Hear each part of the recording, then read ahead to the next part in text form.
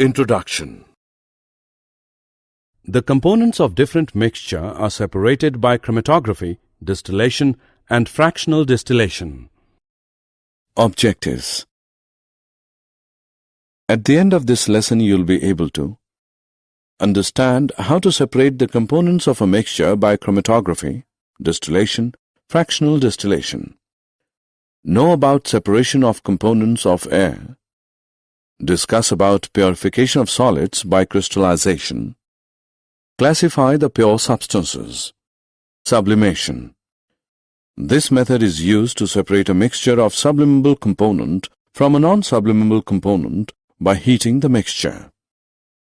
If a mixture of ammonium chloride and common salt is heated, the ammonium chloride sublimes, can be cooled and solidified and collected, and salt is left behind. Chromatography. This method is used for separating colored components from a liquid by using a filter paper or blotting paper. Put a drop of ink near one end of a strip of filter paper and dip the end of the paper in a test tube containing water. Ink is a mixture of two or more colored components. The component which is more soluble in water rises faster and gets separated.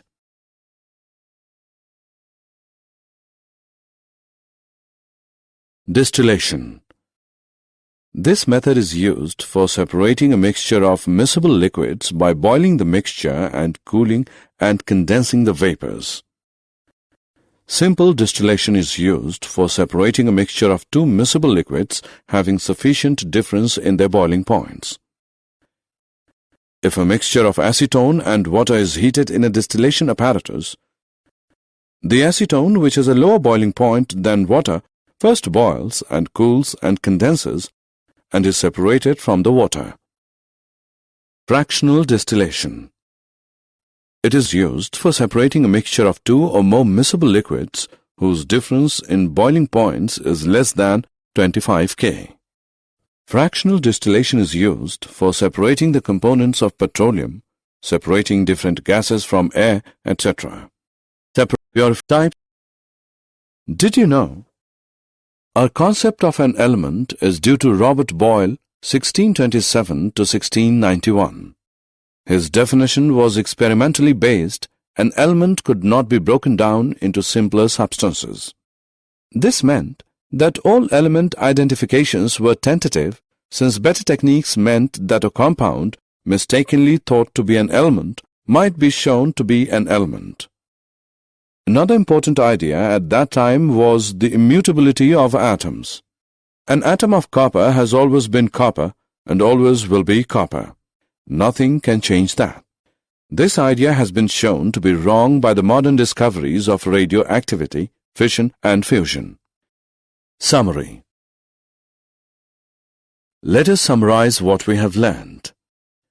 Mixtures can be separated into pure substances using appropriate separation techniques.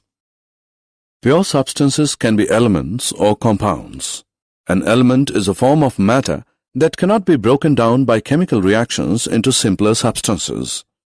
A compound is a substance composed of two or more different types of elements chemically combined in a fixed proportion. Properties of a compound are different from its constituent elements, whereas a mixture shows the properties of its constituting elements or compounds.